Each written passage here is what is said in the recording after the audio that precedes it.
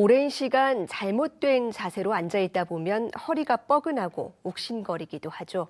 요즘은 입시 준비에 바쁜 10대 수험생들도 허리 통증을 겪을 때가 많은데 방치하면 증상이 더 나빠지고 만성 질환으로 이어질 수도 있습니다. 이 현대인의 허리 건강, 강남 베드로병원의 윤강준 원장과 조금 더 자세히 짚어보겠습니다. 원장님 어서 오세요. 네, 안녕하십니까. 예, 이 현대인들에게 정말 이 허리 통증은 고질병과도 같은데요. 흔히 허리 디스크라고도 불리죠. 요추 추간판 탈출증. 요즘은 청소년 환자도 꽤 많다는데 이게 어떤 질환입니까? 네, 원래 척추의 뼈와 뼈 사이에 물렁뼈가 바로 이것을 디스크라고 합니다. 일반적으로 디스크라고 불리지만 디스크는 구조물의 이름이고요. 이 디스크가 튀어나와서 신경을 누르거나 주변에 염증을 일으키는 등의 증상을 통틀어서 의학적 용어로 추간판 탈출증이라고 합니다. 원래 이 디스크는 말랑말랑한 젤리 형태로 되어 있는데요. 탄력성이 뛰어나가지고 우리 몸이 외부로부터 물리적인 충격을 받으면 완화시켜주고 또 딱딱한 뼈끼리 이렇게 직접 부딪히는 현상을 막아주는데요. 근력이 약한 상태에서 외부의 충격을 받거나 잘못된 자세가 오래되면 디스크가 튀어나와서 신경을 눌러서 허리의 통증과 다리의 저림 증상이 나타나기도 합니다. 네, 그렇다면 이런 추간판 탈출증이 생기는 가장 핵심적인 이유는 뭐라고 볼 수 있을까요? 가장 큰 것은 잘못된 자세와 생활 습관입니다. 그리고 노화 등을 들 수가 있는데요. 오랜 동안 잘못된 자세를 들고 있으면은 지속적인 압박을 물렁뼈가 받으면 뼈와 뼈 사이의 물렁뼈가 한쪽으로 치우치게 되고 찌그러지면서 한쪽으로 밀려나오게 됩니다.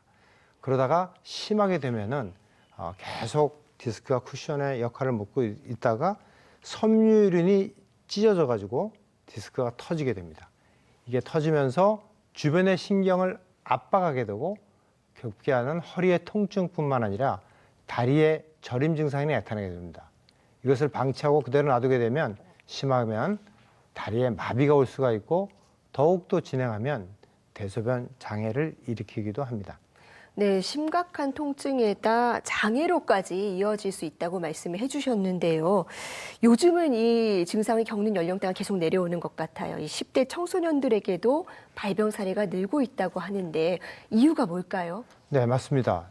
청소년들에게 있어서도 디스크가 많이 발생되는데요.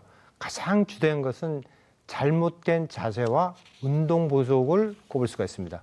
사실 우리 학생들 컴퓨터나 스마트폰 등을 장시간 사용할 때 허리에 부담을 주는 비뚤어진 자세를 지속하게 되면 문제가 생길 수가 있습니다.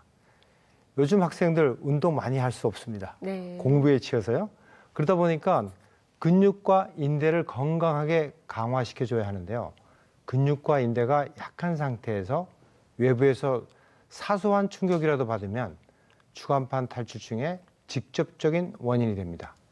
그리고 패스트푸드나 탄산 음료 등의 영양의 불균형 등과 또 만병의 근원이라고 불리는 비만도 가장 큰 원인 중에 하나가 될 수가 있습니다. 네, 특히 겨울철에는 발병 위험이 더 높아진다고 하는데요. 그렇다면 구체적으로 어떤 증상이 나타날 수 있을까요? 네, 목에 추간판 탈출증이 오면 목에 통증이 오면서 손이 저립니다. 네. 그리고 허리에 추간판 탈출증이 오게 되면 요통이 생기고 다리에 저림 증상이 있는데요. 특히 어르신인 경우에는 허리는 별로 아프지 않은데 다리가 몹시 저려서 병원에 오시는 경우에 허리 검사는 말고 다리 검사를 하자고 하시는 분들이 계십니다. 사실은 다리 신경이 잘못된 것이 아니고 허리에 신경이 눌려서 다리 저림 증상이 나타나는 것이거든요. 특히 기침이나 재채기를 할 때 허리가 아프기도 하고 또 다리가 무겁게 느끼는 느낌이 있고요. 심한 경우에는 다리에 힘이 없어서 주저앉는 경우가 있습니다. 그리고 밤에 다리에 쥐가 나서 마비가 와서 잠 못 이루는 밤을 보내는 분들도 왕왕 있습니다. 네, 그러면 병원에 가게 되면 진단은 어떻게 이루어질까요? 일단은 신경학적 검사를 통해서 어느 정도 이분이 허리가 눌렸구나를 알 수가 있습니다.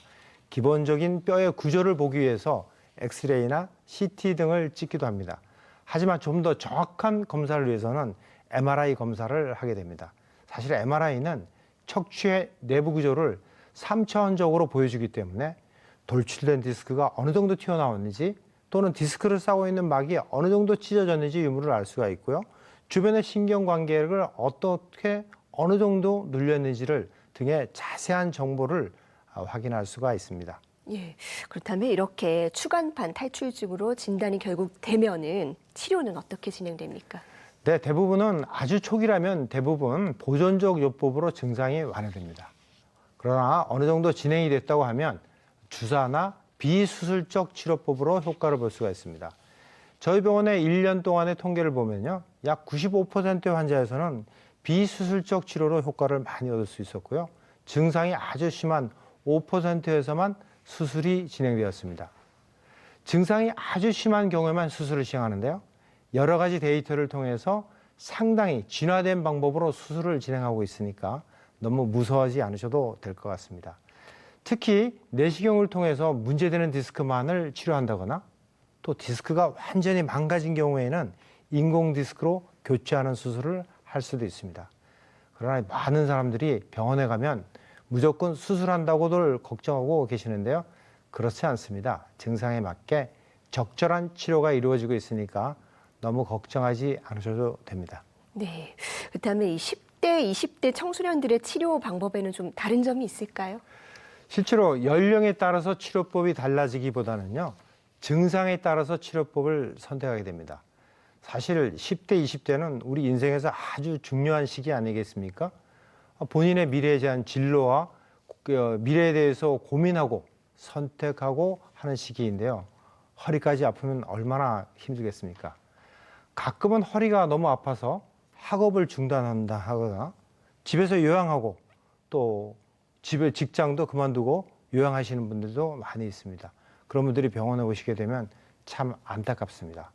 정확한 검사를 통해 비수술이나 수술 등을 적절하게 치료하면은 바로 일상생활의 복귀가 가능하거든요. 가끔 안타까운 경우를 많이 볼 수가 있습니다.